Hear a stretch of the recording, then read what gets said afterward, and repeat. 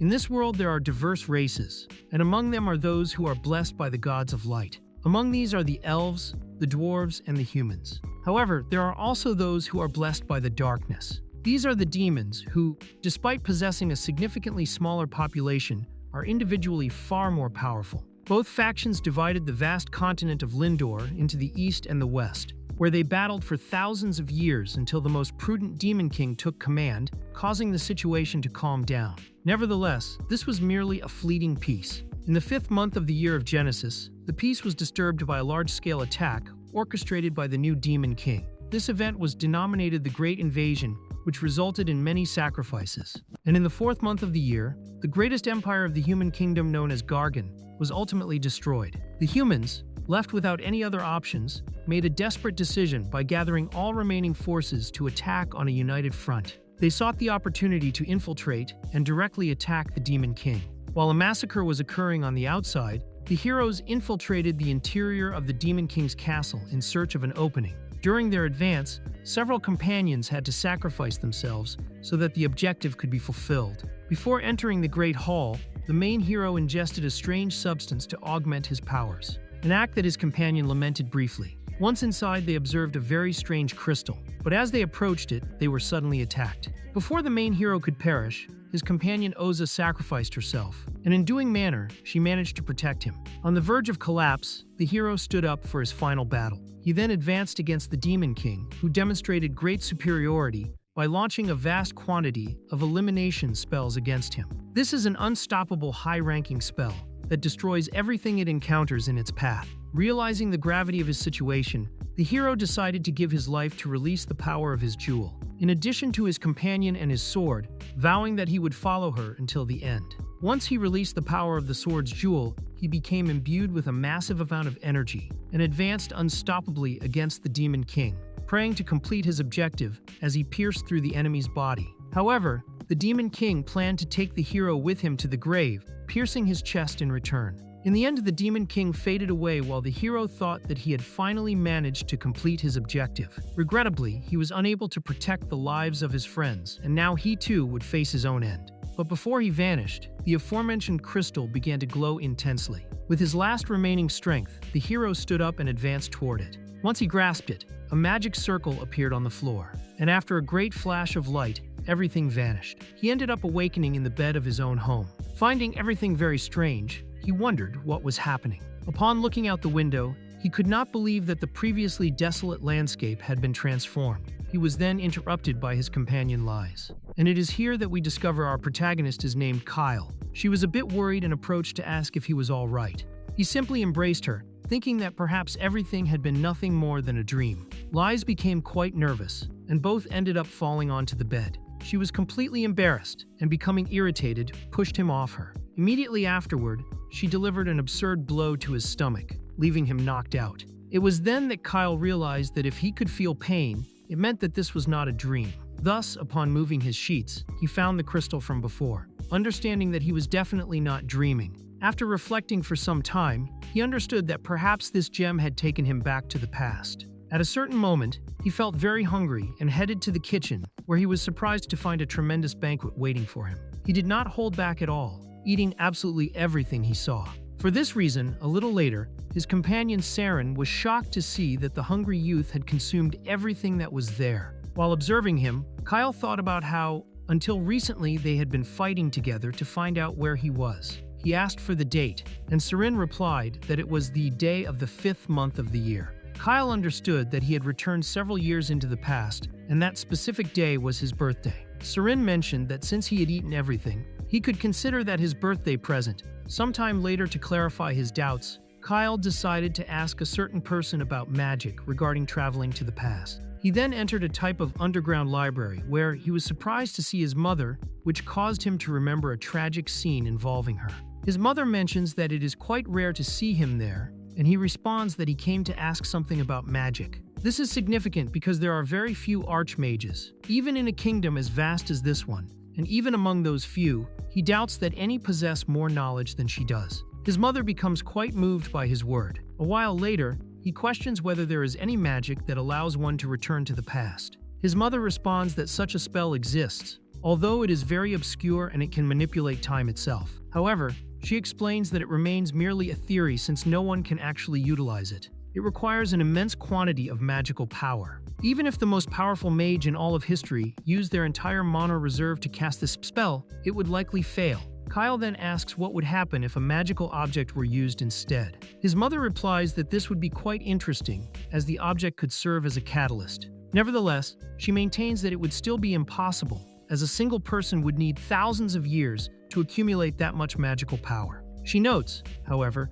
that through a ritual that sacrifices lives in exchange for magical power, it might be possible. Somewhat curious, his mother asks why he wants to know about such things, and he claims he read about it in a book. His mother is not entirely convinced by his answer, and informs him that even with the ritual, it would not be plausible as it would require sacrificing half of the continent. At that moment, Kyle recalls all the corpses that were scattered in the Demon King's castle. His mother then comments that no object exists capable of containing such an immense amount of magical power, but we know very well that one does indeed exist. As she searches through one of her books, she reveals the legendary heart of the divine dragon, which could house such an absurd quantity of mana. She explains that the ancient magic king of Chalice utilized the immense power of the heart of the divine dragon, allowing his kingdom to prosper for over 1,000 years. However, when the power of the gem was exhausted, the entire kingdom met its doom. Kyle's mother comments that if one possessed the heart of the divine dragon, it would be possible to store that great energy and return to the past. She mentions that this object was lost over 1,000 years ago, but she has no idea that he currently has it in his own pocket. His mother then mentions that she is quite happy, as it had been a long time since they had conversed for so long. She notes that ever since he stopped training with the sword, he has been avoiding her. Kyle apologizes to her, and after setting the drama aside, she mentions that he seems a bit more mature, as if he had come from the future. This makes him nervous, but his mother says she was only joking. She warns him that she is going to eat something because she is starving. However, upon discovering that her gluttonous son ate everything, she is shocked. Despite this, she remembers it is Kyle's birthday. Much like Saren, she says the breakfast can be considered his present. In another scene, while observing the sunset through the gem, he wonders what the Demon King would have wished to fix in the past. At that exact moment, Lies appears. Without wasting time, he apologizes for the occurrence in the morning, explaining that he had a very strange dream and was a bit affected by it. Lies asks if in his dream she happened to be dead. Feeling somber, he responds that she was, and she understands why he acted that way. Although she notes it does not justify such bold behavior, she decides to forgive him since it is his birthday. Just then, Kyle remembers their village, which is very close to the demonic realm, and was the first to fall after the invasion. His beloved Lies lost her life in that attack, and after losing her, he swore he would have his revenge. Lies, somewhat worried, asks if he is alright since she notices he is acting strange. He reassures her, saying everything is fine. However, in his own thoughts, he reflects that the peace they are currently living in will last only years. Therefore, he must take action now, so that in the future he can prevent the tragedies that are destined to happen. He declares that no matter the cost, he will take it upon himself to change history, leaving Lies a bit confused by his strange declaration. During the night, Kyle takes it upon himself to write down everything he remembers will occur in his notebook. He wonders what he should do now, because even if he warns others about what is going to happen, no one would believe him. Nevertheless, he cannot remain idle and takes up his sword to get to work. The following day, Kyle wastes no time in training. He visualizes the Demon King and faces him in mental combat. He is essentially performing high-level image training to prepare himself. He attempts to utilize his magic and realizes that he now possesses much more magical power than before. However, upon attempting to use his magic, he quickly discovers that his current body cannot handle the burden. While he struggles through his mental battle, both Lies and Saren observe him with a degree of concern until only a few days ago. The indolent Kyle had no desire to accomplish anything in life as he intended to live quietly off his family inheritance. Now, however, he appears highly motivated. At that moment, Saren's mother, Leela, appears and inquires about what has happened to Kyle. They inform her that he has changed significantly lately. She comments that if a change is this sudden, it might be due to a woman. This causes Lies to panic. She approaches Kyle directly and begins to strike him. The poor man is confused and asks what she is referring to, but Lies continues to punish him physically until he begins to feel unwell. Later, she prepares a meal as a form of compensation. Now that everyone is gathered, Kyle takes the opportunity to ask what kind of people possess enough influence to alter the landscape of the country and other nation. His mother mentions that to influence a country to such an extent, individuals like the high priests, the divine mother Qualis, and the hero Rudolph would be necessary. This hero defeated the Demon King years ago. Kyle analyzes his options. A high priest is out of the question, and becoming a king is even less likely. Therefore, his only remaining alternative is to become a hero, someone who can influence his own country and others. He now possesses a clear goal. Though his companions observe him with apprehension, thinking they should not take their eyes off him. At night, Kyle dedicates himself to his studies using the vast collection of books his mother gave him. Saren enters the room restless upon seeing that Kyle is striving excessively to become a hero.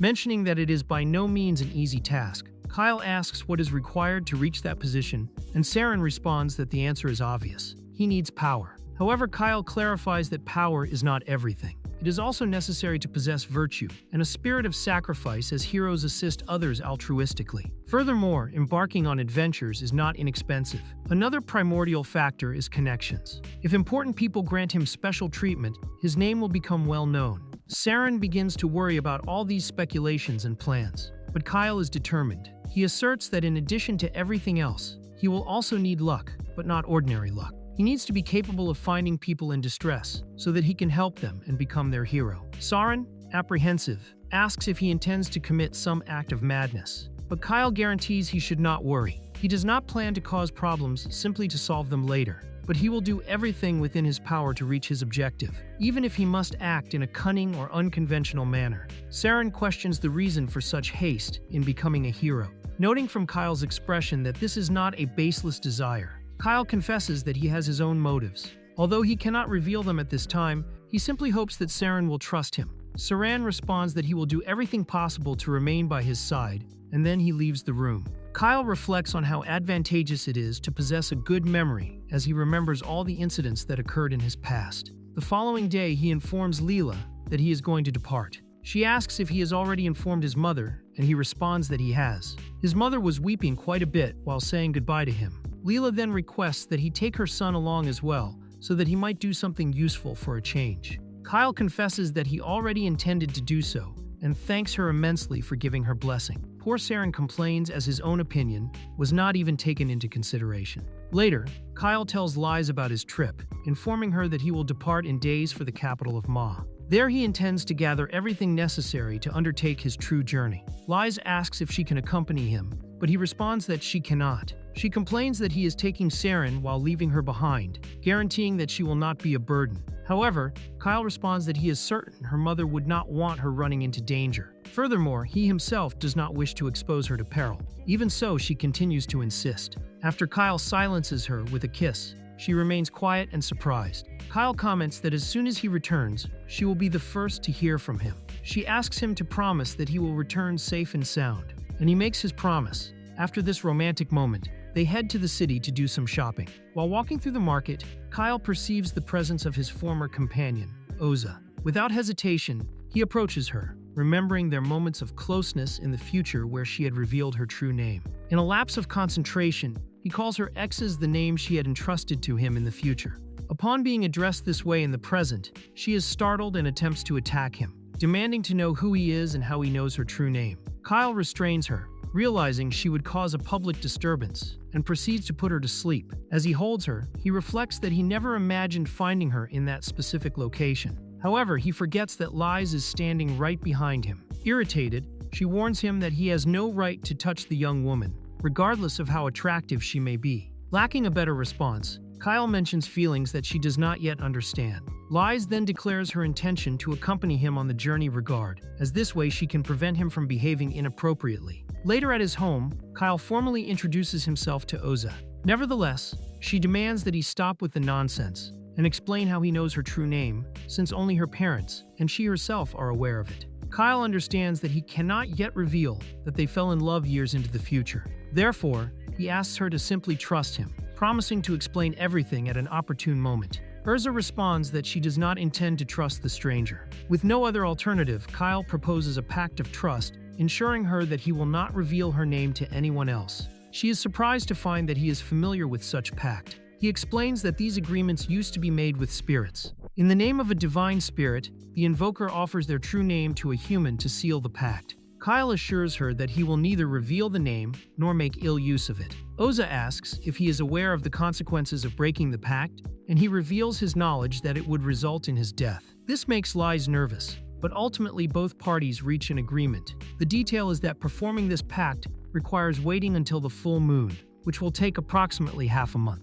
She warns him that he will not be permitted to leave the village during that time, but Kyle responds that this will be a problem as he is set to depart the following day. On the day of departure, he says goodbye to his mother while Lise demonstrates that she does not intend to leave him alone for even a second.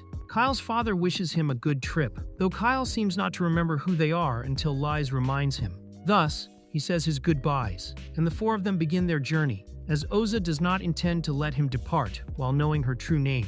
As they advance, Lise asks Kyle if they were not headed to the royal capital, noting they are walking in the opposite direction. He responds that it will no longer be necessary to go there as his new companion is an invoker. Consequently, they are now heading to Mount Zong to traverse the magic dungeon and obtain the treasure. However, his companions lament, seeing that their leader seems to believe in fairy tales, and moreover purchases maps of dubious origin. Kyle asserts that the map is authentic, though they remain skeptical. When Oza examines it, she realizes the map is real, as it utilizes a technology that cannot be replicated. With her opinion, Saren decides to believe him. The problem remains that the dungeon is massive, which would require a significant amount of time to reach the treasure. Kyle announces that he has an infallible plan. They will excavate beneath the dungeon to reach the treasure directly. While it is not a bad plan, it will take a long time. However, it is the safest method since the dungeon is filled with traps. Kyle cannot help but lament slightly. He wishes to become a hero. Yet there he is working like a madman. However, it is Oza who complains the most as she has been tasked with invoking spirits to act as minors. Still, she is somewhat satisfied since she is the one giving the orders. At the end of the day, the group enjoys an excellent meal. Za asks Lise if she hunted the bear using traps, and Lise responds that she actually used her own hands, leaving Urza surprised. Later, they enjoy a pleasant bath, thanks to the spirits Oza invoked for that purpose. During their conversation, Lise tells Oza she should not worry about Kyle, as she knows he will not misuse her name.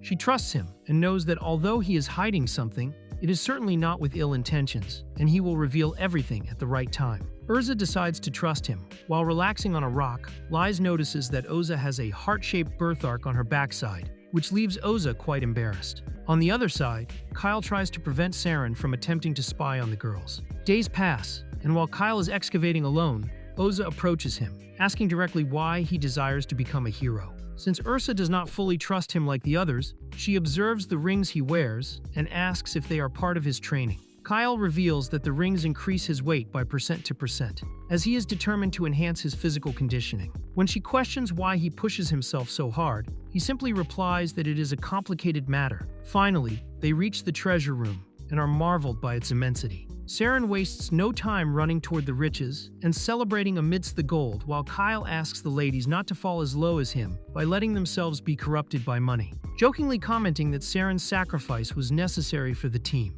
While they collect the coins, Kyle advances to another chamber in search of the sword that accompanied him in his past life or his future life. In this case, there the entity manifests its true form, congratulating him for reaching that point. However, Kyle hurries to silence it so the others do not overhear. He makes it clear that the entity does not need to introduce itself because he knows it very well. It is the ancient sovereign of the nameless King Shayles. In its prime, it created a copy of its personality and knowledge. Kyle reveals that he bypassed all its traps and trials by excavating directly to that location, but notes that it is now ideal to pass the final test and draw the sword. The entity questions how he possesses such knowledge, to which he replies she will know soon enough.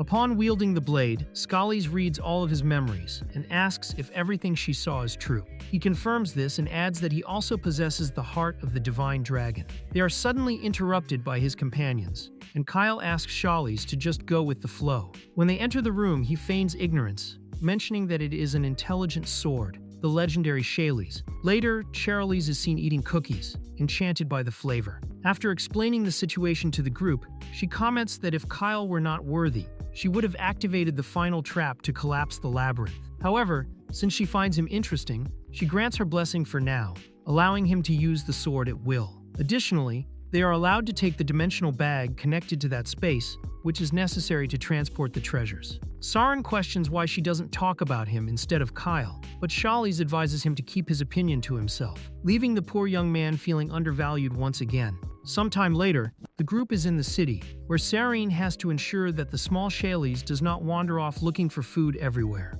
Soon after, the group goes in search of high-quality equipment to prepare for combat. The merchant asks if they have a recommendation, reminding Kyle that new customers must pay a deposit. The fee is Galdos, but Kyle delivers 5 Shawley's gold coins, which proves more than sufficient. The surprised merchant invites them to view the inventory, where they meet Phoebos, the shop owner. As he welcomes the boys, Shawls observes a collection of swords and asks if they are works by Malines. Phoebos mentions she has an excellent eye, but the little one begins to claim that fame went to Molin's head, and it wasn't a big deal, noting that whenever she criticized her work, the artisan would start crying. Phoebos finds the conversation strange, but Kyle silences her because she lives in her own little world. While she observes an armor set manufactured by Magma and quiets down to eat her cookies, Kyle decides to purchase the armor. Given its physical and magical resistance, as well as protection against heat, cold, and poison, this armor is top tier. He informs the girls he will equip it right there and suggests they choose something they like. Moments later,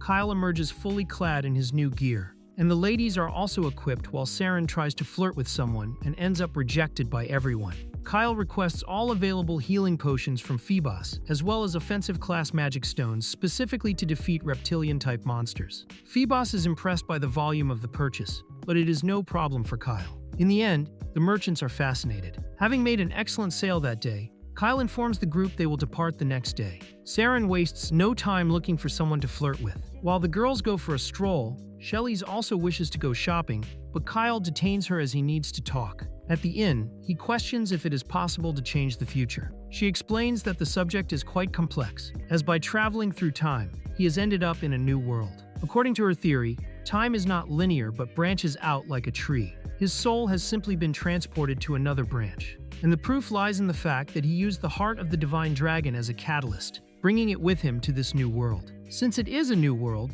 history can be different, although changes might not be immediately noticeable. The Great Invasion will inevitably occur if they remain idle. However, if they interfere, they can create a distinct trajectory. Kyle comments that the theory is sound, but reminds her that the stone is with him and there is no other Kyle. Shawley's presents another hypothesis. In dark magic, there is a concept of soul fusion. This is essentially a malevolent method to increase magical power by uniting two essences. Since power is typically determined at birth, the ancient kingdom of Shawley's investigated ways to strengthen it, but the experiments failed. However, if there are two dragon stones, it means his soul from another world fused with the Kyle of this world. This would explain why his magical strength is vastly superior, enabling him to use high-tier magic in the future. When Kyle asks about the side effects of this fusion, Shawley's admits she does not know since he is a unique case, but she offers to help him. At nightfall in the girls' room, Liz asks Oza if she is sleepy. Urza replies that she enjoys the full moon, so Liz decides to go to sleep.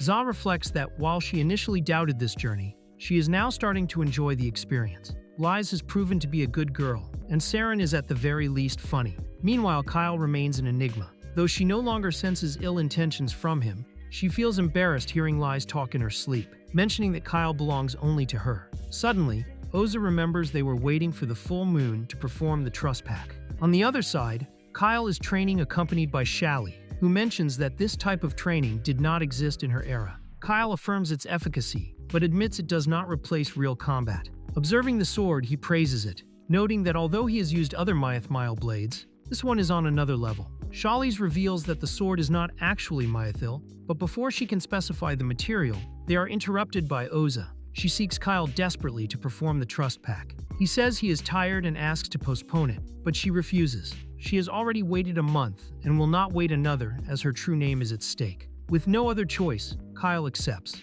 Urza prepares the magic circle, reflecting that she never imagined performing such a pact with a man she has known for only 2 weeks. Upon finishing, she orders Kyle to position himself and begins the ritual, calling upon Muna, the spirit of the divine moon, to guide them. She asks Kyle if he swears not to reveal or tarnish her true name. Upon his oath, a pillar of light emerges, and suddenly Kyle kisses Oza. Surprised, she pushes him away, questioning his actions. He responds that last time they kissed at the end. Asking if that wasn't how it worked, she clarifies that they had never made a pact before, and that such a gesture is a step towards something much more intimate. Realizing the gravity of the situation, Kyle tries to distance himself from the accident, but Oza uses the magic circle to invoke a salamander to punish his behavior. The next day, the group continues their journey. Liz asks why the two of them look so exhausted. Kyle mentions it was an unfortunate accident and asks Arza why she is still with them since the pact is complete. She responds that since he knows her true name, she won't leave until she discovers the reason why. Kyle understands and allows her to stay. Saren mentions he is also exhausted, and Liz teases him, saying it's likely because he spent the whole night trying to pick someone up and failed as everyone rejected him. Liz then asks Kyle why they are going to Arkan to mislead her. He mentions that Shali has premonitory powers and claimed they should go there. A bit confused, Liz decides to believe him. A few days later, they arrive in the city just in time for the visit of Princess Melina. Upon seeing her, they are surprised by her beauty. She appears to be a sweet and gentle young woman, leading everyone to think she is a wonderful princess. Kyle, spotting the escort, remembers the captain's name is Santos. Shali asks if she is the princess they must save, and Kyle reveals that she is destined to die in days. Later at the inn, he explains to Shali that a hydra will attack the princess on the way to the village of Zane. According to what he heard in his past life, the incident was considered a tragedy caused by the princess's own imprudence. However, he suspects there is something wrong with the entire story. Shalals agrees, suggesting they may have used the Hydra to cover up an assassination, especially since rumors regarding her brother, Prince Kes, circulated after her death, as he would be the primary benefactor. The fact that Kes is also in the city makes everything even more suspicious. Kyle's plan is simply to take advantage of this incident to make a heroic appearance at the exact moment the princess is in danger, thereby saving her life and initiating his epic journey. The challenge will be making this rescue appear to be a mere coincidence. Just then, Saren appears, commenting that he could not make contact with the princess. Kyle asks why he is seeking her out, and Saren responds that he has found his soulmate and needs to protect her like a knight in shining armor. Kyle laments having the same idea, but explains that the danger is real since Shali's predicted the attack. Sareen sees this as a golden opportunity and decides to follow the princess, claiming that pursuit is his specialty. And it truly seems to be, as the man is quite the lecher. Days pass, and when the princess departs the city, the group follows from a distance to avoid the royal guard. Shali utilizes her powers to transform into a falcon. In this way, she can observe the carriage from the skies and inform the group of its location from above. The ladies are impressed by the utility of the sword. While Saren laments not being able to use such an ability for spying, truly Alira's thought, when questioned if he intends to spy on bathrooms, he confesses he tried, but Kyle stopped him.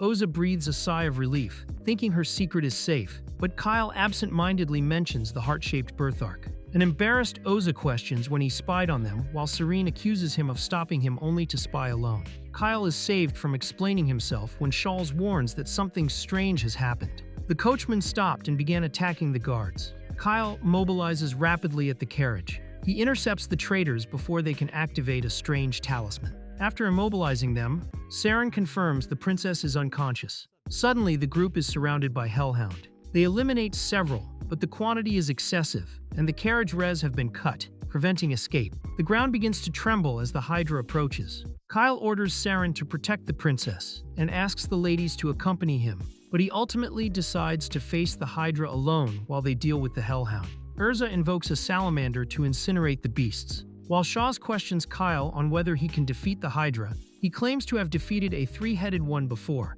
but is surprised to see this one possesses 8 heads. The combat will be very difficult, but Kyle takes advantage of the creature's slowness and uses his dragon armor to nullify its poisonous breath. Using ice and explosion talismans, he manages to blast away some of the heads. However, the beast's regenerative capacity is superior, and the heads regrow rapidly. Realizing he needs to strike at the root of the problem, Kyle uses his acceleration magic to open a hole in the creature's chest. He manages to insert several explosion runes, and even though he is thrown against a tree, the runes detonate, destroying the creature completely. Shalals praises the strategy. Although Kyle admits the technique leaves him exposed, the group defeats the remaining Hellhounds and reconvenes. Kyle is unharmed but covered in blood, and remains, causing the girls to distance themselves due to the strong odor. After bathing in the river, he returns, and Serene informs them that the princess was drugged, as were her herbs. Oza applies the antidote while Saren shows a bag used to attract the beasts, confirming the princess's death was no accident.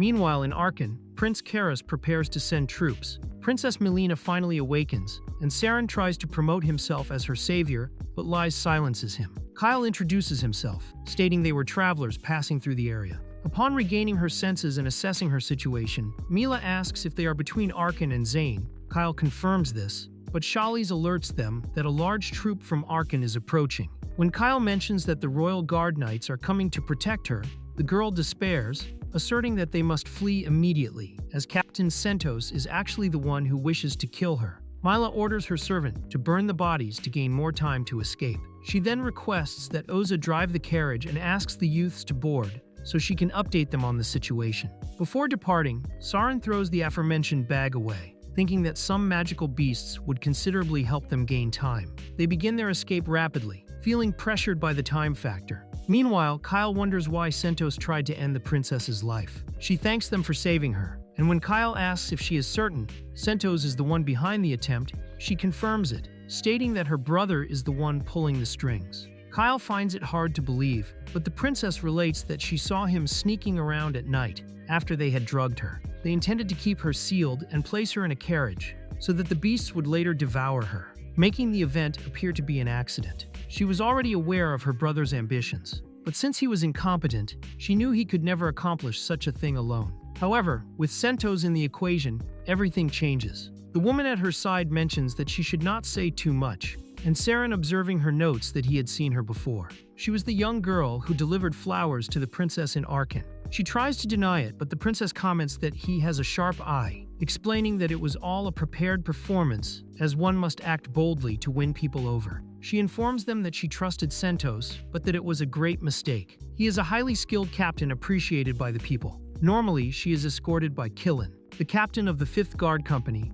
which is composed exclusively of women. However, due to their charisma, they are often summoned for ceremonies in the capital, which is why on this occasion she had to be escorted by Sentos. She admits she should have been suspicious upon seeing him accompanied by her brother. For Kyle, it is difficult to believe Sentos would do such a thing, but if the princess says it, it is true, and now Sentos has become his enemy. Given the situation, since the princess remains alive, they will be blamed for attacking him and will be considered mercenaries who murdered the guard. She tells them this because she wants them to be aware of the facts. Now that they are all in the same boat, they must survive at any cost. The princess asserts that once they make it out alive, she intends to reward them. Kyle responds that he desires neither rewards nor status. What he seeks is a good reputation. Milna eventually agrees, although she considers it a very strange request. Later, the group devises a strategy. Mila mentions that Killen will arrive in Arkan the following day, and if she does not find her there, she will look for her in Zays. Therefore, they must gain time until she arrives. The detail is that on the way they will end up encountering the 2nd Company. Facing a situation of numerical equality, Saren proposes they stay in Arkan, but Kyle responds that this is not viable since Sentos and his subordinates would take it upon themselves to silence the entire village. Although dangerous, the best option is to return to Arkan, as thousands of people live there, and they would not be able to silence everyone. Furthermore, they can regroup with the 5th Company. Mila asks what they will do if they run into the guards, and Kyle calmly responds that if that is the case, they will face them directly, leaving her somewhat confused. Sometime later, Shaw's returning from the skies informs them that she does not see Sentos with his soldier. Knowing that Sentos is not present, it is the ideal moment to plan a direct attack on the 2nd Company. The youth then begin to pull out a brutal quantity of magic stones, leaving the princess surprised to see they possess so many. Lies then hands some healing potions to the princess, warning her to use them in case of emergency, which leads the princess to ask what they really are. Given their high-quality equipment, Kyle simply responds that they are hero candidates who happen to be passing by. On the other side in Arkan, the prince reprimands Sentos for his failure. He orders Sentos to mobilize and finish her off, but Sentos responds that the vice captains are already in pursuit and that he must remain to accompany the prince. If Killen arrives in Arkan and does not find the princess, she will report to the king, and the prince would then have to take responsibility for everything. Enraged, the prince orders him to eliminate his sister as soon as possible, and Sentos responds that he does not intend to disappoint him. Meanwhile, the group follows their plan. Upon spotting them, the soldiers prepare to attack the carriage, but Shaylis from the heights begins attacking them with explosive stones, successfully clearing the way. As they advance through them, Oza uses her spirits to enhance the explosions. After breaking through,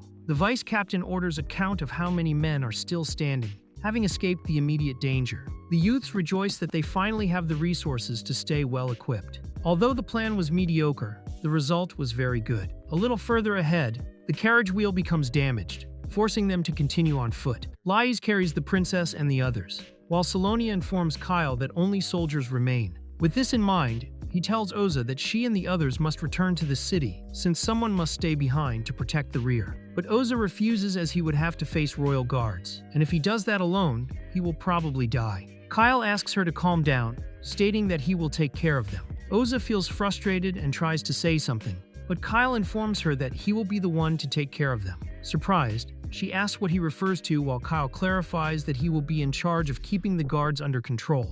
When Lais reunites with them, Kyle asks Oza to summon Zephyr. Time is short, and Oza uses her magic, applying the Zephyr skill to them to increase their speed. They then depart quickly, leaving Serum to his own fate, while he cannot believe he was left alone. Sometime later, we see how he waves a white flag, begging for his life. When the soldiers approach, he tells them that everything was Kyle's fault, who left him in that place and fled, showing them a bag of money and informing them that he can hand it over if they want, since he knows the entrance to more underground dungeons. The guards only observe him in a pathetic manner, while one of them informs the vice captain that the princess has escaped. The vice captain orders them to end his life, although Serum continues begging for forgiveness. The vice captain decides to execute him, and the poor guy was left behind to die. On the other side, Oza asks Kyle if he is sure of what he did, since they ended up massacring the poor Serum. But Lais clarifies that compared to Kyle himself, Serum is much stronger. It is at that moment that we see how he decapitates the vice captain's head, while commenting that the most logical thing is always to eliminate the strongest first. The soldiers are shocked by the scale and execution, while Sarum decides to remove his training bracelet. Now with his body much lighter, it is time to begin his massacre. He goes out killing everyone, cutting people in half, making sushi. He does not care at all, and this right here was a very good twist. The guy was simply a monster. Meanwhile, Kyle tells Oza that every time Serum disappears, he does so to practice with his sword, although he lacks magic energy and his personality is terrible. When it comes to the sword, he is a true prodigy. He surpasses even Kyle by a wide margin. Furthermore, he never interrupts his training, as he always carries gravity bracelets, and when he fights, he shows no kind of mercy. No one would like to have him as an enemy. What makes him truly dangerous is his personality, as it causes enemies to lower their guard. Oza asks if he only acts to distract the enemy, but they respond that the acting represents only % of the rest of his real personality. The fact that they left Serum in that location makes Kyle regret it a little for the soldier. It is then that we see Serum informing the soldiers that he has already become bored. After all, his mission was to entertain them, not to kill everyone, informing them that he surrenders. Furthermore, since they no longer have horses, they will not be able to reach the princess. Therefore, if they plan to do something, they better hurry. The soldiers question whether they should continue fighting, thinking it is not worth fighting against this monster and ending up dead. The soldiers accept his word and decide to leave. However, the young man ingests a healing potion and then launches explosive runes against them. He gets rid of all the soldiers in a very brazen way, and after finishing everyone off, he comments that in truth, he has no intention of leaving anyone alive. The guy is far too insane. On the other side, Sentos realizes that someone is interfering with his plans and decides to mobilize, leaving some guards to protect the prince. Salonia notices this and warns Kyle that Sentos is on the move. Unexpectedly, Sento attacks Salonia and warns Kyle that he hit her. Such power and precision at this distance are worthy of admiration. Kyle orders the princess and her followers to hide in order to then reunite with Sarum. Although the princess asks if he is sure that he will be able to fight against Sentos, since he is the most powerful knight of Shidarch, Kyle responds that he would have preferred to avoid the confrontation, but that he has no other alternative. However, the princess observes him in detail, commenting that it seems he already knew Sentos from before. Kyle decides to remain silent, and the princess understands that right now is not the time for discussions. Therefore, before departing, she bows before Kyle, declaring that her destiny is in his hands. Sometime later, Sentos eventually finds Kyle and questions him if he is the one assisting the princess. Kyle confirms this and asks why he came alone, still having so many soldiers at his disposal. Sentos responds that he does not wish to sacrifice any more of other people's men in this entire conflict. After all, he alone is enough to finish everyone. Since they have reached this point, Kyle asks him to surrender as he would not like to kill him, and he states that he will request a pardon from the princess for him. However, this only makes Sentos feel indignant. Kyle questions him about why he wants to eliminate the princess. Nevertheless, Sentos responds that this is not something someone who is about to die needs to know.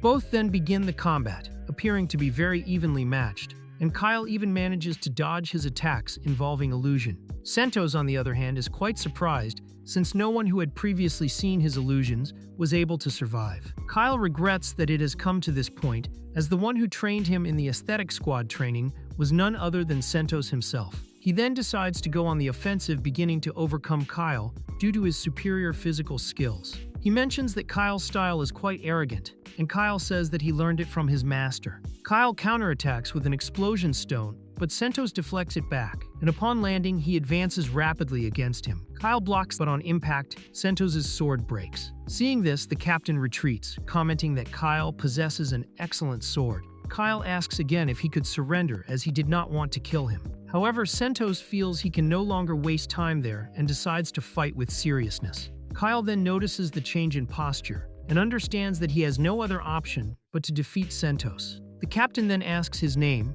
and Kyle introduces himself. Sentos states that he will remember his name, and then they charge at each other. As they clash blades, Kyle's exposed to an attack.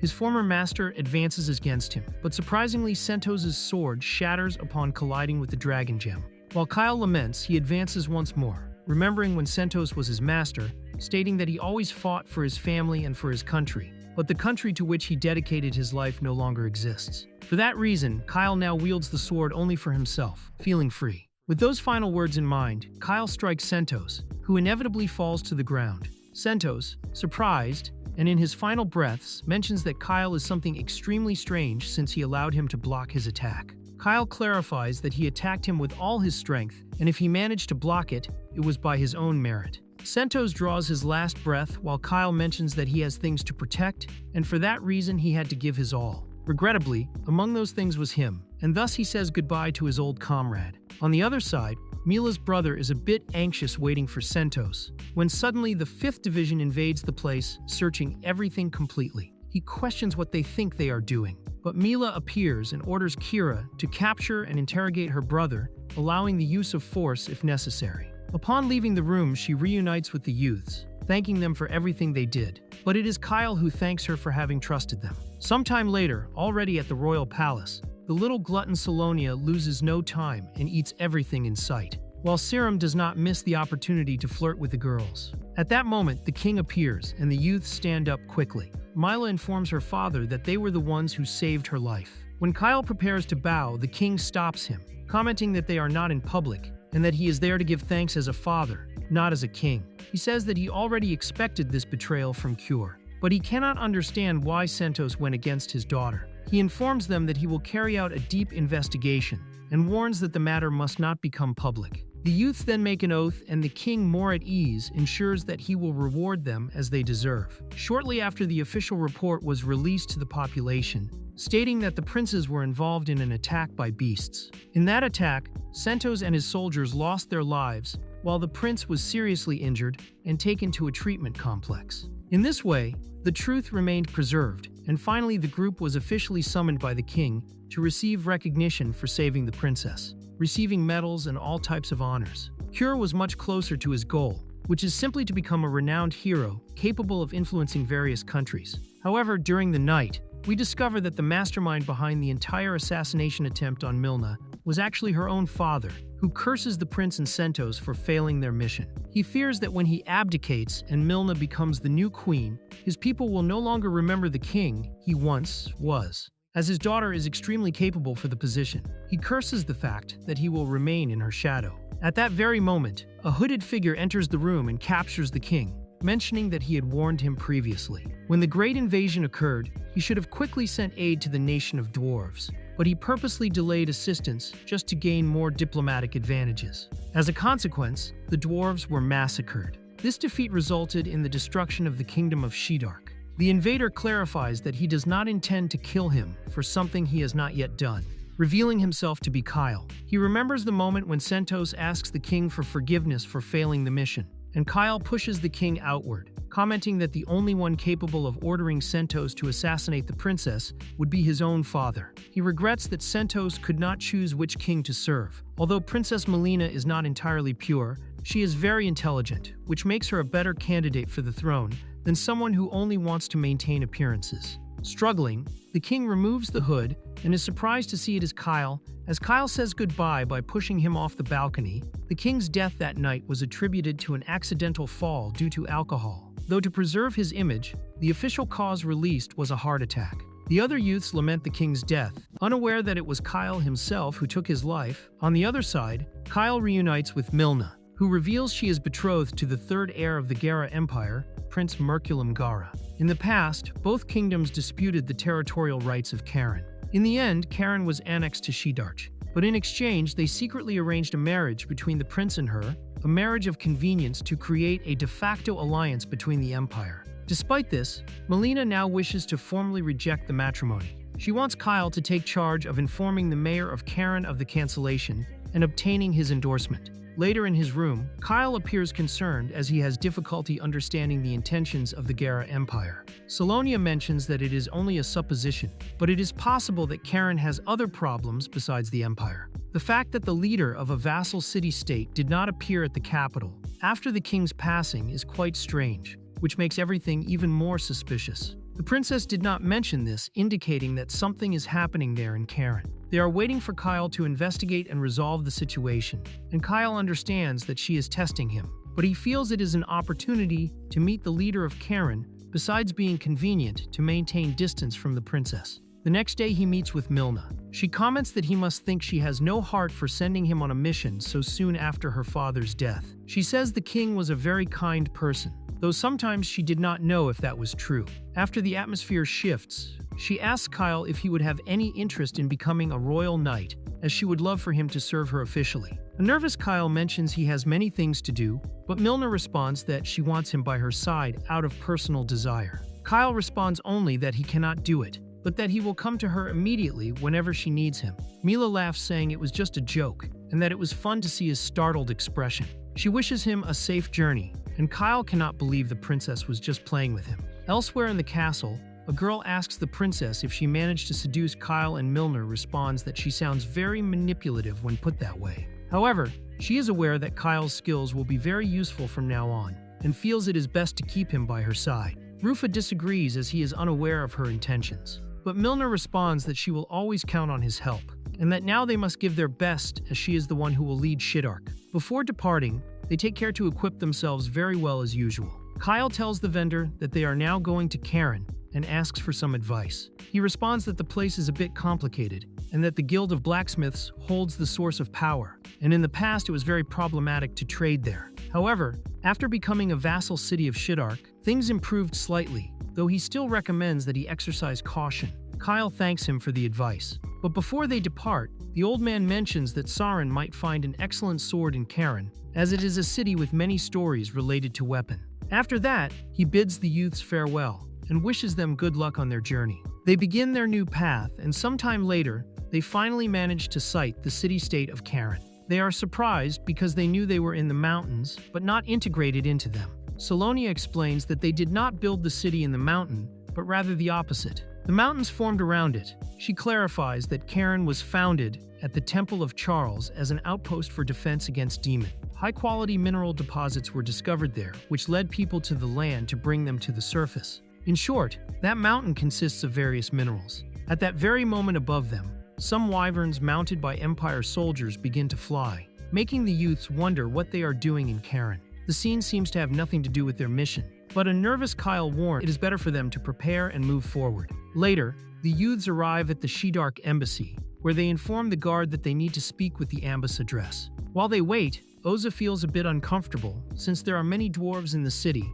and elves and dwarves do not get along very well. In reality, according to Oza, the reason they do not get along is due to the elf. Then the ambassador appears, introducing herself as Miranda. Upon seeing her, Kyle stands with his mouth open in surprise, and a slightly annoyed Lias pushes him, causing Kyle to introduce himself with great enthusiasm, which makes the redhead somewhat jealous. Miranda invites them in, while Kyle is surprised to discover that at that time, Miranda was the ambassadress of Karen. Later, upon reading Mila's letter, she understands they came to speak with the mayor of Karen. Kyle asks if she and the queen are close, and Miranda reveals that she was actually her tutor in charge of teaching her diplomacy. She bows, thanking them for saving the lives of Mila and Arkin, and regrettably informs them that the person they came to see is Mayor Vax, but he is bedridden with illness. Therefore, it will be very difficult for them to see him. She tried several times, but the severity of the illness prevents visit. However, by luck, since they are emissaries of Queen Melina, there is an obligation to receive them. And so she asks them to follow her.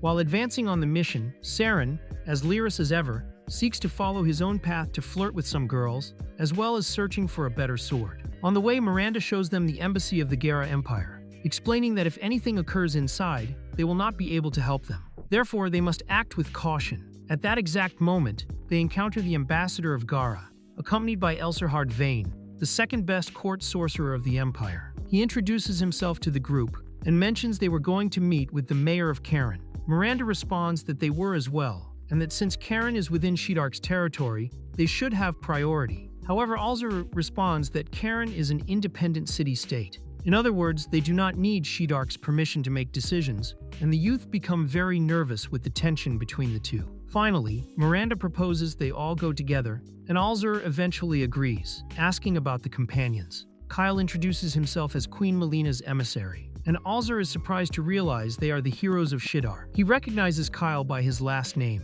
commenting on the resemblance to his mother Zarya. Kyle is very surprised, and Elzur reveals that they studied together, saying it is a pleasant surprise to meet her son, and extending his hand amicably. Kyle shakes his hand, and later they meet with the mayor's representatives. Unfortunately, entry is not permitted as he has not yet recovered. Miranda is indignant as this has been going on for more than months, warning that if recovery takes longer, they must appoint a new mayor. She warns that she will return in days, expecting a solution, and Alzer laments this as the Gara Empire wishes to establish a good relationship with Karen. She then withdraws, stating she will return on another occasion. Miranda explains to the youths that they must know about the cancellation of the marriage, and that Gara possibly wanted to bring Karen into its territory. Given the circumstances, they must replace the mayor with someone more capable of dealing with the Empire. Kyle asks if she has someone in mind, and she points to the best blacksmith in Karen and a member of the guild, Mr. Gazis. Saren passes through the city in search of a sword,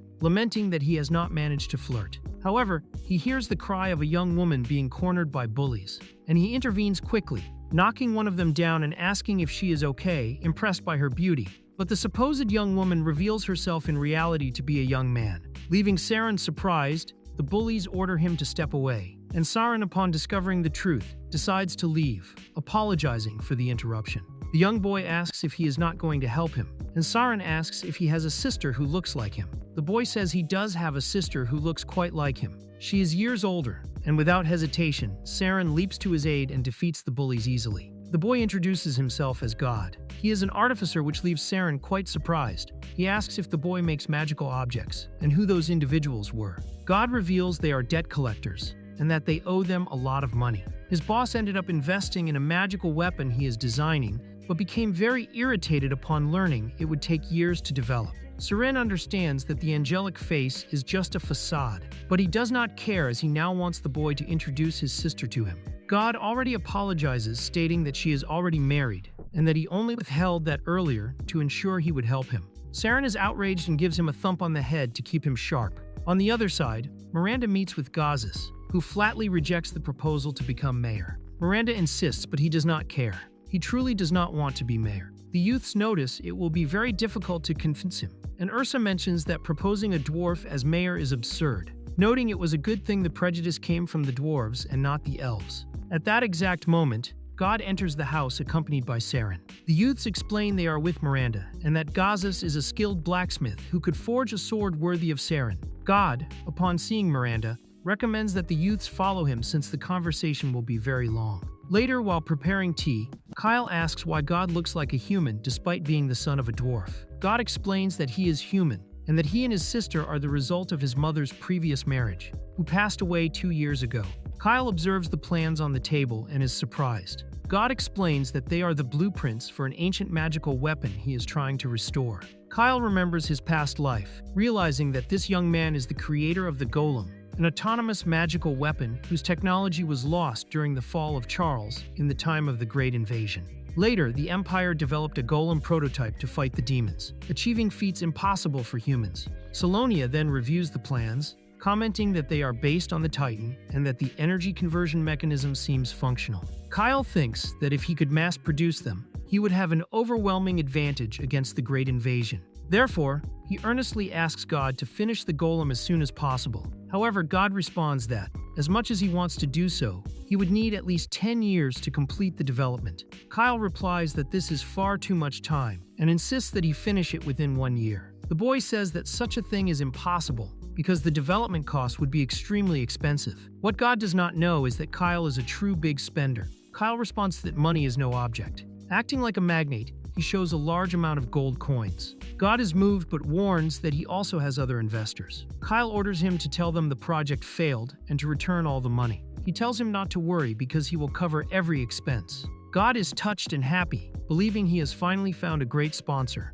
A little later, a resigned Miranda decides to leave since she could not convince Gazis. Kyle takes advantage of the situation and mentions that he has a request to make. He sets aside Miranda's topic, but Gazis anticipates his question, warning that they only accept commissions from regular customers. God asks his father to give them an opportunity, saying he is certain they will become excellent clients. Gazis decides to take a look at them, making Oza very nervous, though he asks her to calm down since he has nothing against elves. She comments under her breath that such an attitude is admirable coming from a dwarf. Saren states that he wants a sword because his current one is no longer at his level. Gazis realizes it is a sword forged by Doros, and very few people can say their swords are not up to their standards. But God warns his father that Saren is someone very strong and that the sword truly is not at his level. Saren says he wants a sword as good as Kyle's, and he shows his sword to Gazus. The blacksmith is impressed upon seeing it in detail. He mentions he never expected to see another sword like that one, and Saren is surprised to hear the word another. But Ghazi says that forging a sword like that right now would be impossible for him. And after returning the sword, he asks them to please withdraw, offering his apologies. Upon exiting the house, they agree that the encounter seemed quite interesting. Regarding the mention of another similar sword, Celia feels indignant as she believes it is impossible for another blade like her to exist. At night, they meet at the inn, and Kyle comments to Seldia that in his previous life, God failed to develop the golem, perhaps because he ran out of funding and was forced to sell his plans. This would explain how the Empire obtained and developed a prototype during the Great Invasion. Kyle reflects that considering the Empire's economic resources, it would be highly convenient to ally with them. However, they have revealed too much, and the Empire's military power will grow excessively. Furthermore, the cancellation of the marriage is also at stake, which will significantly affect the relationship between both countries. Understanding that any false step could trigger a war even before the Great Invasion begins. The following day, Oza meets with Kyle and invites him to have lunch together, as he wishes to speak with the son of an old friend. He informs him that both his friends and the ambassador are also invited. Additionally, they could teach him how to traverse the skies using their wyverns. Kyle asks if he is certain, since as far as he knows this is a state secret. Urza responds that there would be no problem at all, as his mother Zura was the one who devised the techniques for riding a wyvern. He mentions that his mother possessed immense talent, and although he is older, he always aspired to be like her. Kyle mentions that his mother is now an extremely lazy housewife, to which Ursa replies that this does not surprise him before saying goodbye, and stating that he will wait for them at the embassy of Gara. Following this, Celia mentions to Kyle that the man possesses an absurd amount of magical power, to the point that she deems him capable of utilizing special level spells. One day later, Liz and Kyle are at the embassy of Gara, as he decided not to bring his companions, because they do not know how to behave at formal dinners. However, before entering the hall, Kyle senses a horrible premonition and runs quickly to the Great Hall, where he is met with the shocking sight of Oza's head placed upon the table. The one who left him in that state was none other than a demon. A brief explanation follows regarding how the demon race controls the other half of the continent of Ender. Despite being a small minority compared to humans, their individual power is very high. Currently, no nation knows what the demons are planning, as their last attack occurred years ago, causing the humanoids to lower their guard. Very few humans have seen a demon in person. However, Kyle knows them perfectly. the horns on the head and their suffocating presence. The demon attacks Kyle and he counterattacks, managing to land a blow, though he is also wounded. He realizes his attack was effective, but is conscious that he was too hasty, as he is currently not carrying Cilia nor wearing his armor. At that moment, the embassy guards gather at the location to investigate the commotion, and seeing itself at a disadvantage, the demon flees. Later, Kyle realizes that the majority of the people who were at the embassy were violently murdered by the demon. The strange thing is that none of the survivors witnessed the assassinations or heard anything at all. On the other hand, God thanks Celia because thanks to her knowledge, he has advanced significantly in just one day. It would have taken him months if he had done everything alone. She congratulates him, noting that despite his youth, the fact that he managed to develop all of that is admirable. Then Liz enters the room to announce that the tea is ready. And upon going to the kitchen, they relax for a moment. Saren asks God if he knows anything about his father, as he spoke of another sword identical to Kyle's. He responds that he was likely referring to Hand, the celestial blade. According to legend, it was forged years ago by a dwarven blacksmith of extraordinary skill. And as far as is known, this sword was used by the hero Randolph. He managed to defeat the demon king of his era with that sword. His father used to say that this sword is supposedly located in this city, and if that is true, it might be in the possession of Mayor Vax. Saren is pleased with what he hears, as that sword would be perfect for him. Although God brings him back to reality by stating that the sword is a national treasure and nearly impossible to obtain, Saren falls silent and God asks if he is listening.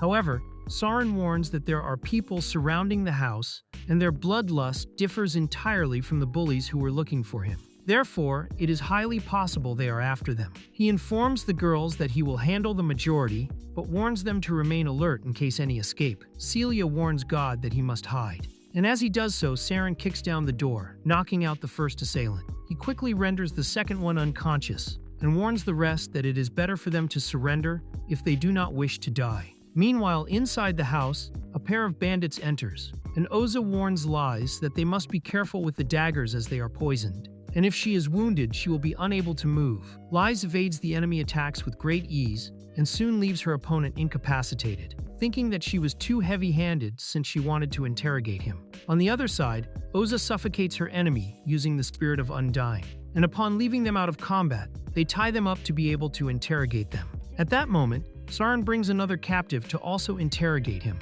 demanding that they reveal who they are and why they attacked them. It is out of fear that they confess everything soon, or otherwise he will have a very bad time. He warns that those two girls behind him are specialists in torture, and says that the elf is specialized in keeping her victim on the brink of death, using potions in order to prolong their suffering in this way, while the redhead can use any utensil from that house to make him feel extreme pain, and it will be so much that in the end he will end up kneeling desperately asking for them to kill him. However, he says that since he is a good person, he would not dare to leave him with those two. And that is why he asks him to be sincere and tell the truth, or else his companions might want to take his place. After this absurd speech here, there is no way not to speak, and the desperate subject reveals that they only hired them to kidnap a boy named God. Saren responds that their bloodlust was too evident for a simple kidnapping, but the subject responds that they had orders to kill anyone who interfered. At this, Dodge tells the young people that they had heard that the disappearances had increased in the area, although he had not been able to confirm it. Serene then asks the kidnapper what they do with the kidnapped people, but he responds that he has no idea, since his job is only to take him out of the city. Serene is surprised by the fact that they act so recklessly in broad daylight, but he responds that it is because they are outsiders, and no one would complain if they ended up dying. Urza notes that the guards still do not appear, and soon outside the house, another demon prepares a powerful attack. Inside the house, the bandit warns that he has no more information, and right at that moment, Saren screams for everyone to get down, and the explosion destroys the entire place. Although everyone is fine with the exception of the kidnapper, I think he is not doing well at all. The girls then stand up and propose going after the attacker, and at that moment, Saren stops them, warning that it had been a long time since he felt the presence of someone as dangerous as him. Celia admits that Kyle was right in the decision, since she could notice that that magic was from a demon. Later, they meet at the embassy of Gara. Miranda warns that they find themselves in a very critical situation, which could bring great diplomatic problems. Although luckily, as Kyle came out wounded, the people of the city thought it was not their fault. The problem is the Empire, since they will claim that the people of Gara are conspiring with the demons, causing diplomatic relations to be shaken. Seldia mentions that the demons have a great destructive power, and if it is them who are behind everything. In the worst case, they could easily erase the entire city from the map. Kyle warns them that given the circumstances, the main thing now is to confirm if Mayor Vax is related to the kidnappings. At this, Miranda apologizes to the young people for not having told them about this, but it was because they had not been able to confirm the facts until recently. Regrettably, they do not know who is behind the kidnappings because they knew how to hide their tracks very well. But it is very possible that the mayor is involved. What she cannot understand is why he would ignore these crimes in his own city. But before she says anything else, out of nowhere, they inform Miranda that the mayor's house is on fire. Upon arriving at the scene, the young people think that the villains got ahead of them. Since a fire exactly at this moment cannot be much of a coincidence, but the scoundrel Saren only laments for not having been able to find the celestial blade that was probably with the mayor. After a time of searching, the young people cannot find any trace of the guy. They think he was in bed sick, and they discard the idea that it was a demon since, if it had been one, probably the Empire's embassy would have had the same fate. And now the most suspicious of all is the mayor himself, since his whereabouts are now unknown. And if he is responsible for the disappearance, they have a bomb in their hands. It is very logical that he caused a fire to destroy the evidence. Now the main priority is to ascertain where he is located. Kyle observes Miranda with curiosity, thinking that she was always very reliable and served as a key ally in his past, securing supplies and gathering information, or rather in his other life. Just then, God appears among the ruins, and the young men ask what on earth he is doing in that place when they had told him to wait with the guards. He apologizes to the group, explaining that he was simply worried because his father left, because one of the mayor's messengers went after him. Miranda panics, while they wonder if it is because he was a candidate for mayor. Miranda is in a state of panic and feels guilty as she was the one who proposed Gzelz as the next mayor. She is desperate because she has put someone very important to her at risk, while Kyle, somewhat confused, wonders why she is so devastated at that exact moment. He has a memory of his past life in which she was drunk and confessed that she loved someone very much, but that person died because of her. Since then, she decided to close her heart and become much tougher, which makes Kyle understand that the person she loved was Glee. A little later, she is sleeping while Kyle is by her side, thinking that if her life partner in the previous timeline was Gzelz, he probably died in this incident. He tries to remember something else in search of information and manages to recall that when he was taking Miranda to her room, she lamented not having found a secret underground passage earlier. Now with this information in mind, Kyle decides to get up and put his plan into practice, informing the young people that he is going to the mayor's house. He asks Oza to accompany him as he will need her magic. Saren also intends to join because he does not plan on giving up on finding the celestial blade. The man only cares about the sword. Liz also decides to go because obviously she cannot allow Oza to be alone with her sweetheart. Therefore, they ask God to stay in charge of Miranda so that she does not leave the embassy. Meanwhile, on the other side of that underground passage, there is an old man who is dead or half dead, and another is also on that same path, closer to the other side than this one. Meanwhile, at the surface, Kyle explains to the young people that there must be a secret underground passage in that place, and they must find it. Oza asks why he needs her, and he responds that she is there to clear the way, as he wants her to use her gnome spirit to find the passage. She tells him that to maintain that spirit, she will need an enormous amount of magical power. And the worst part is that he is asking her to search for a passage that might not even exist, especially in the middle of all those cursed ruins. Kyle, very serious, puts his hand on her shoulder and informs her that this is indeed what he wants. Oza tells him that she will exhaust all her magical power in a short time, and asks if he at least has an idea of where to start looking. However, the rascal responds that she has no reason to worry, because magical power can be recovered with mana potions. Za asks if he understands the gravity of the matter, since although potions can recover her magical energy, they have a horrible taste. Kyle knows this, but he begs her to do it because their time is running out. The others also begin to offer moral support, making Oza feel a bit embarrassed, but in the end, she accepts and leaves like a true grumpy old woman. Next, Kyle asks Saren if he is sure that the demon he saw is a man. Saren responds that although he did not see him completely through the window, he is almost sure it is a man. This complicates the situation significantly, as it means there are two demons around since the other one Kyle encountered was a woman. Night falls and finally, Poor Oza, after suffering through those disgusting potions, manages to find the passage. The group enters it, and as they advance, Kyle asks them to be very careful because they could run into some demons. At this, Saren comments that although he did not know the demons, upon seeing one, he felt how dangerous they were, as it reminded him of the moments when his mother became serious. Lies warns that she will report them to Isla when she sees her.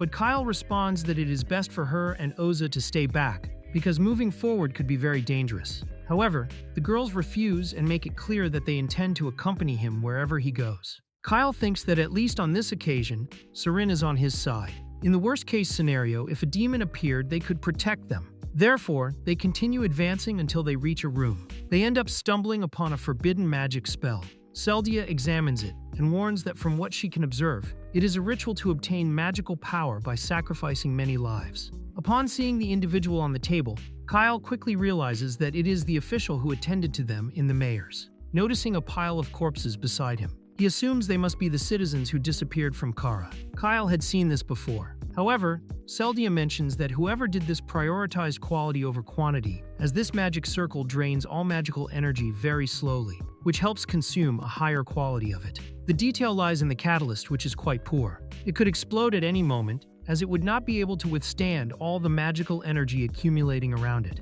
And if it explodes, the outcome will not be good at all. It could easily destroy half the city. The group is alerted since they cannot allow this to happen, but Celia warns that someone is approaching. Everyone hides as the demons arrive at the ritual room. The male demon asks the girl why she remains silent. Noting she has been quite quiet, she tells him she hates having to follow instructions from a human, and above all having to collaborate with them. Furthermore, she did not like that they had to massacre all the personnel at the embassy. He responds that while that idea does not please him either, it is the best way to collaborate. Moreover, the massacre at the embassy was a request from their collaborator. He did everything possible to kill the fewest number of people, just as they were ordered. The girl mentions that not drawing attention was also part of the orders, though he responds that this too was a request from their collaborator, who asked for a massacre so he could continue with the kidnappings elsewhere. Additionally, he recalls why they are doing all of this. It is to obtain what the Demon King yearns for. There is no other solution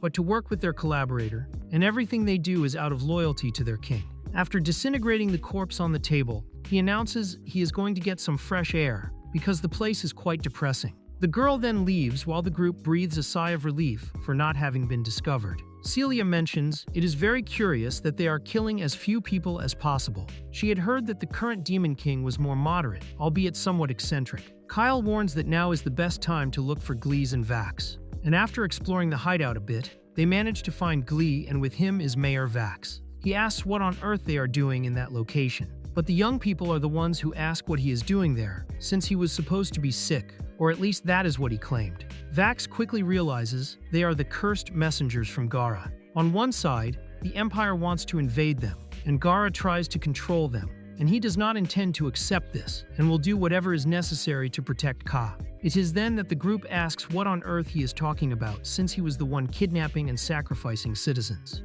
Vax responds that he did all of this to protect Kara, which they cannot understand until Glels reveals that very soon, nothing will be left in the mines of Ka. He warns the mayor that it is not the time to continue hiding this. The mines are the city's main resource, and when they run out, Kara will have no more value. There will be no more jobs, and the blacksmiths will disperse, making Gargus's control even greater. Vax asserts once more that he will not allow this to happen, and will do everything in his power to protect his realm. Even if he must sacrifice his citizens, Seldia notices that the old man has a terminal illness, and Kyle assumes the demons took advantage of this weakness. One of the demons asks Kyle not to accuse them of taking advantage of anyone. After all, they merely offered a deal. Meanwhile, at the embassy, Miranda gets out of bed, and God asks her to calm down. As Kyle and the others are going to find her father back in the underground, the demon informs them that the zone was created to gather minerals from the subsoil, and that by using the same magic, they can reunite them again, which is why they were performing sacrifices. Kyle asks what they would obtain in return, and the demon responds that they only want the sword used in the past to defeat a former demon king because the current demon king desires it. Kyle questions how they know about the sword, and he reveals that his initial mission was to collect information about humans, starting with Kara, since they created numerous weapons to torment demons. During the investigation, he learned of the city's situation and offered the deal to the mayor to kill 2 birds with 1 stone. He would obtain the sword and also manage to get the information. Kyle, revolted, asks if that was the plan, calling them evil. The other demon appears, stating that he is talking too much. Kyle stays on guard and the female demon asks them to stop to avoid a confrontation. But her companion asserts that now that they know of their existence, they must eliminate them before leaving. The mayor panics, asking if they didn't want the sword, and begs them not to leave, asking what would become of Kara without them. Saren approaches the old man and asks him to calm down while Kyle warns the mayor that he cannot believe the words of a demon, revealing that the catalyst they are using is at its limit. They will not be able to control it, and the demon laughs, saying that even if it destroyed the entire city, it would not be their problem. The mayor curses them and Saren puts him to sleep. The girls go to face the female demon while Kyle and Saren face the other. Before the fight, Kyle asks Saren to stay with the girls, but he responds that he has other things to do, so he will leave all the work to him. Immediately after, the rogue leaves with Zeals. The demon begins to release his great power, while his companion warns the girls that it is better for them to leave, as she does not intend to hold them back. They respond that they have not fallen for cheap tricks, but the demon retorts saying she does not need tricks against such weak beings. Offended, the girls attack, but they are sent flying one after the other. Celia asks Saren if he is not going to help them since the result is obvious. Saren responds that the demon has no intention of killing them, so this will serve as their first training against demon. But he asks something more important. He asks if she recognizes an object he borrowed from the mayor, and Celia explains that it is a special magic item. He chooses a magical object linked to its power, and the boy understands they are hiding something, since the mayor looked at a very specific place when they mentioned the sword. He goes there and uses the crystal to examine the area. Meanwhile, poor Kyle is struggling as the demon gives him no openings and does not allow him to get close. At a certain point, Kyle advances, but the demon pushes him away easily, and Kyle falls to the ground, already weak. The demon charges a great power and warns that he will leave his head intact so they can bury him. Saren in turn obtains the celestial blade and announces it to the demons with great excitement, making them look at him. Kyle and the girls take advantage of the distraction and attack. Liz and Oza finally manage to scratch the demon, which makes her furious. However, she hears her companions cry and looking over notices he is on the ground. Kyle has cut off one of his horns and threatens to pulverize it if he does not stay quiet, as he knows that a demon's pride resides in their horn. Those who do not possess them are considered inferior. Saren approaches, praising his new acquisition. The demon demands the sword, but he responds, "No way," and the demons promise revenge. However, Kyle ends up lowering his sword and proposes a truce. He says there are wounded and sick companions, and he does not want to continue the fight. Now his plan is a duel in days in that same place. If the demons win, they take the sword and the horn back. Saren even tries to protest, but Kyle does not let him speak. He imposes his condition. If the humans win, the demons must provide information about how many of them are in human territory. The demon ends up accepting, and after creating an exit, warns that he will wait for them in days. The young people then return to the city where Miranda runs, when she sees that the love of her life, Gazelles, is alive. Little God cries upon seeing that his father is well, and Kyle interrupts the touching scene of the lovebird. Later at the embassy, Goals reveals that the mayor was not always like this. He always cared about the citizen, but the means were wrong. Kyle asks when he learned of the disappearances, and Glee says he found out about a month ago. He asked the mayor to stop, but was completely ignored. Miranda reprimands him as he could have died. But Gazelles responds that as Ka's best blacksmith, this was essential. However, the mayor went so far as to threaten God and Miranda if he did not cooperate, which is why he distanced himself to avoid involving them. Kyle understands, and Gauls asks about the celestial blade. Kyle responds that since Saren found it, he will keep it himself. Zeals disagrees as it is a national treasure, but Kyle enters his negotiator mode and reminds him that they saved his life, Miranda's and his son's, so he will have to accept it whether he likes it or not. Additionally, he makes an indecent proposal and shows a piece of mythal surprising Glels. Kyle explains that Kara has no more minerals. Kyle explains that they can provide all the necessary mythal, as his objective was to find a blacksmith capable of working with the material, and Gauls is the best on the continent. He suggests that Gauls might one day forge something superior to the celestial blade. Glez hesitates but eventually accepts. Kyle states that the absence of the sword will not affect Kara, though Gauls insists it is special. However, when Miranda mentions she does not recall any celestial blade being in Kara, he is reminded of who holds authority in that relationship. Kyle then presents some plans and asks if he can create what is depicted. Gauss says that with a Myathil, it will take only days, but Kyle demands it be done in as he needs to win the duel. Gauls complains but heads to the workshop regardless, asking Miranda to look after God. Kyle then gathers with the girls and admits that the demon was holding back. He warns that the demons are on another level and tells them they do not have to fight if they do not want to. They refuse to give up and swear to defeat the female demon. Kyle laments this as he had wanted Saren to fight, but the girls are too motivated, leaving him with little choice. Finally, he meets with Serene, who comments that if things proceed this way, he will not be able to test his new sword. However, Kyle reveals that if necessary, Serene must attack the demons from behind to finish them off. Saren responds that such a move is very dirty and quite dishonorable for a duel. Though Kyle reveals it is all part of his plan, Saren calls him a disgusting person. Nonetheless, Kyle asks him not to give it so much importance. Furthermore, that demon did not seem to care much about the sword, so taking possession of his horn was essential. Saren understands that Kyle wanted the horn from the beginning. However, he tells him that these demons are much stronger and feels that in a fair fight, they will not be able to defeat them. Kyle responds that this is precisely why he asked for days. Now, in the underground cavern, Kyle is with Celia, who is controlling the flow of mana from the stone so it does not destroy the city. Kyle asks if he can truly transfer all the power from this magic stone to the heart of the divine dragon. She confirms this, but warns that the transfer will take about days. Before leaving, Kyle asks if it is true that he could use terraforming magic to extract Mythil, though Celia reveals this is impossible because no minerals remain in the zone. Even if the demons had succeeded, it would be practically impossible to do so without the city disappearing. Celia then begins the transfer process, and the days pass. Celia extracts the energy while the girls train, and Saren meditates calmly. Kyle inspects the progress. 3 days pass, and at night Celia complains because Saren keeps her awake with his snoring. Additionally, she asks how he can be so calm when the duel is the next day, though Kyle asks her to relax as it might be for the best. Since losing is not an option, and they need information about the demons and the next Demon King to stop the Great Invasion, he remains focused. Finally, the expected day arrives, and the young people are in the underground cavern. They are waiting for the demons, and while there they relax with a picnic.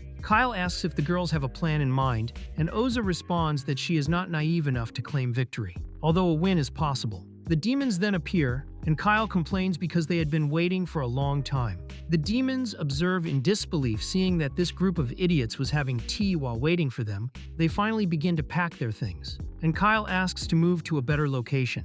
He argues the current space is too small, and the demon responds that he actually thought the same thing, allowing the humans to choose where they want to die. His companion asks if he is certain, as this gives them an advantage, but he responds that it does not matter, because humans are inferior and cannot stand against them. Kyle and the male demon depart together for another location, while the others remain in the cavern.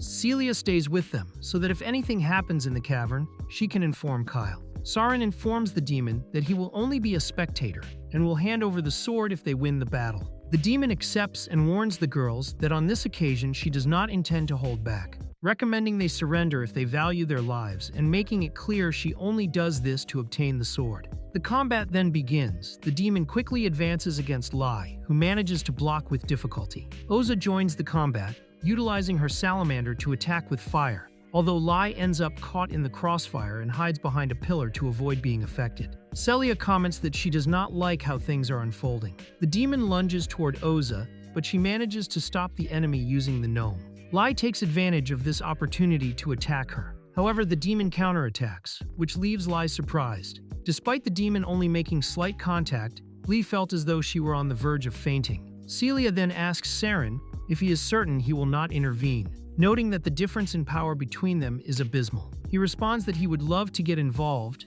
but he knows those two would soon want to kill him if he did. Furthermore, he thinks they are not doing too poorly. It is at that moment, in just an instant, that the girls completely change their attitude and work together with perfection. They utilize the gnome to block the demon's vision, and through this distraction, Lee connects a powerful strike before immediately continuing her relentless assault. The demon is surprised by their synchronization. Lee advances once more with full force, landing a significant punch. The demon is heavily impacted, yet the girls do not stop their advancement. On the other side, Kyle reaches his destination and informs the demon that it is time to begin. However, the narrative returns to the girls, showing that the demon has now become serious. She advances against the girls with all her might, but the girls do not intend to make things easy for her. After sending the demon flying, Oza advances with Salamander, launching a potent fire attack that hits the demon directly. The girls celebrate their victory, thinking that it is impossible for her to survive after receiving such an attack. Saren comments that the battle ended quite easily. However, Salonia responds that she would not think that way. Suddenly, the flames dissipate, and the girls go on high alert. More surprisingly, asks Lee how she was able to dodge her attack when she is much faster than they are. Lee says she does not know, but if she had to say, it is because her movements were quite predictable. She keeps attacking in the same manner, which suggests that she had never risked her life in a battle before. In the middle of the combat,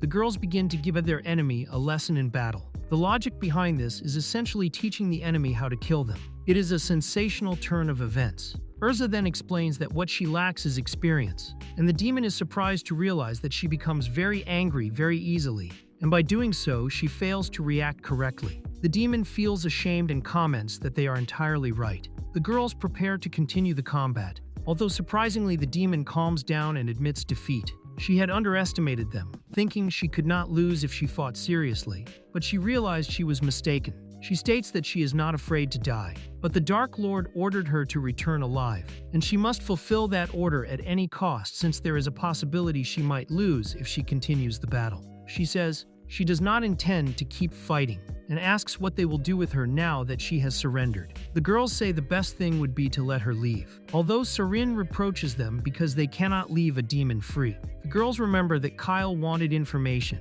so they ask if there are more demons infiltrated in human territory. The demon tells them that only they were sent, and if they happen to find other demons, she is not aware of them as they likely went of their own accord. She then asks if there is anything else they want to ask. While the girls are unsure what to do, the demon comments that if they were men, she would not mind sleeping with them. She also mentions that any man would do, and it could even be that man named Kyle. The girls become embarrassed, and Lee quickly shouts for her not to approach her man, ordering her to leave at once, while Saren simply thinks that those two are idiots. Before departing, the demon asks the girls for their names, and they introduce themselves. The demon then introduces herself to the girls as Uliga and continues on her way. However, out of nowhere, Saren approaches her, asking her to allow him to test his new sword. Salonia comments that in her time, demons were not like this. Kyle has prepared for combat alongside his own demon opponent. He asks Kyle if he has his horn, and Kyle promptly shows it, letting him know that if he manages to defeat him, he will return it. And Kyle thinks that the strength of this demon lies in long-range attack, so he must take charge of closing the distance. He quickly applies buffs and advances toward the demon. He is surprised to see that he cannot dodge the attack, and the demon takes the hit directly before immediately counterattacking at point-blank range, leaving Kyle severely wounded. The demon mentions that he allowed himself to be hit as a punishment for having lost his horn, and Kyle realizes that this demon is completely different from the one he faced days ago. Now he is showing his true power.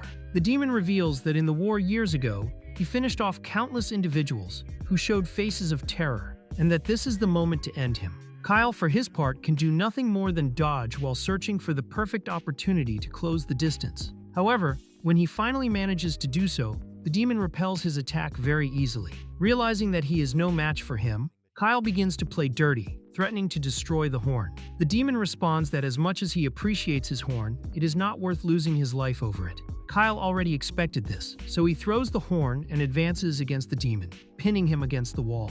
Upon destroying the wall, they enter a lava zone, but the demon does not fall into it. After disarming Kyle, he asks if this was perhaps his ace up his sleeve. He praises his insight and determination, but notes that the difference in their power is abysmal, asking him to accept his death once and for all. Kyle responds that he already knew of this difference and perfectly understands the terror that demons instill with their great power. It is for this very reason that Kyle is more than prepared to defeat them. In a swift movement, he throws a flask at the demon, drenching him with a very strange liquid. The enemy wonders what on earth that is, and Kyle reveals that it is a very potent adhesive. Once applied, it is impossible to remove. Furthermore, he has another surprise in store and attacks the demon with chains, completely imprisoning him. The demon tries to break free, but Kyle warns that it is futile as those chains were made to resist even magma. They are myethal chains. Now that the opponent is immobilized, Kyle expects him to fulfill his part of the deal and tell him everything he knows. First, he wants to confirm if it is true that the Demon King does not want conflict with humanity. The demon responds that Ruiz is the daughter of the previous Demon King,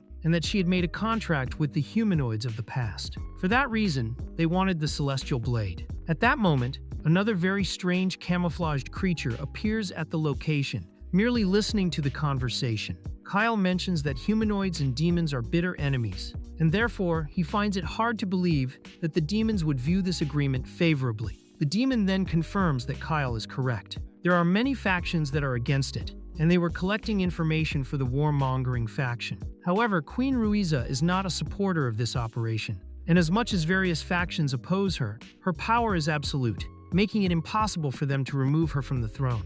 Kyle then asks one last question and recommends caution with the answer. He asks if, in the line of succession, there is a black-winged demon who does not possess a horn. The demon responds that this is impossible, as the pride of the race resides in their horns, and a demon without a horn would never inherit the throne. Furthermore, he is unaware of the existence of a black-winged demon with enough power to be king. Kyle comments that this means he still does not know who the next Demon King will be, and he prepares to end his life as he no longer has any utility. Desperate to save his own skin, the demon mentions that perhaps Queen Ruiza knows something about it, and that he could secure an audience with her for him. Kyle persists and eventually accepts sparing his life, but warns him not to try and deceive him. However, the demon thinks Kyle is naive and has thrown away his victory. The strange camouflaged creature attacks Kyle, but he cuts it in two with extreme ease, mentioning to the demon that he knew the creature was there without even needing to turn around. Kyle says it is a pity because if the demon had kept his word and taken him to the Demon King,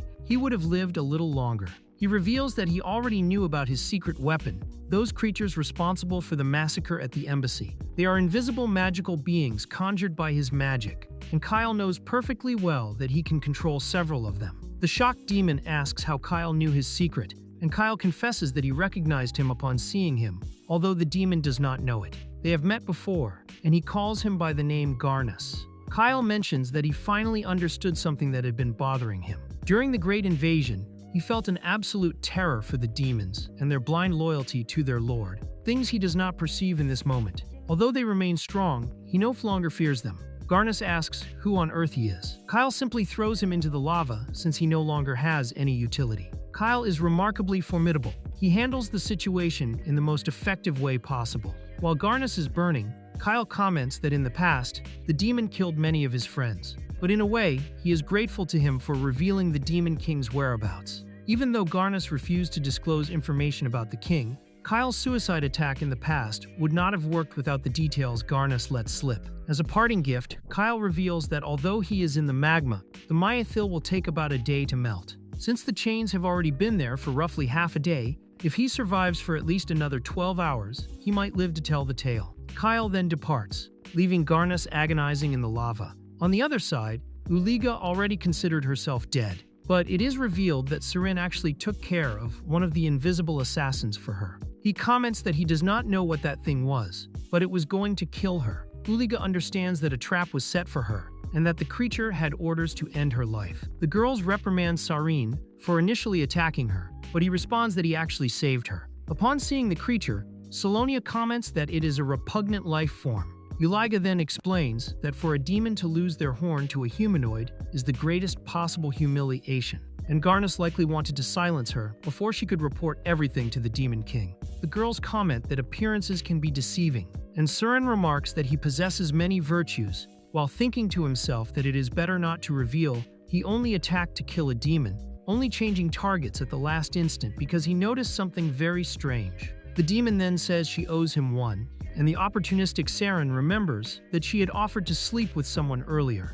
He says he would be delighted. However, Lee ruins his entire fantasy. The demon smiles and says goodbye, doubting their paths will cross again. The girls hope to face her once more, aware that the next battle will be much more difficult. Saren laments the outcome as he had orders from Kyle to end her life. But seeing that the girls were happy with the interaction, he lets it go. Sometime later, Saren practices with his new sword. Eager to test it in real combat, Kyle asks what he thinks of the demons. Saren responds that although they are strong, they are not that frightening. Initially, he let himself be swayed by rumors, but the more he dealt with them, the less powerful they seemed. Kyle agrees, seeing that they both think alike. Demons are like them, only slightly more powerful. Kyle understands why Sauron did what he did. He had written orders not to let any demon escape. But Kyle knows his friend, and if Uliga were truly a danger, Sauron would not have let her go. This leads to the reflection that 300 years of peace have not changed the mentality of either side. The girls reunite with them now recovered,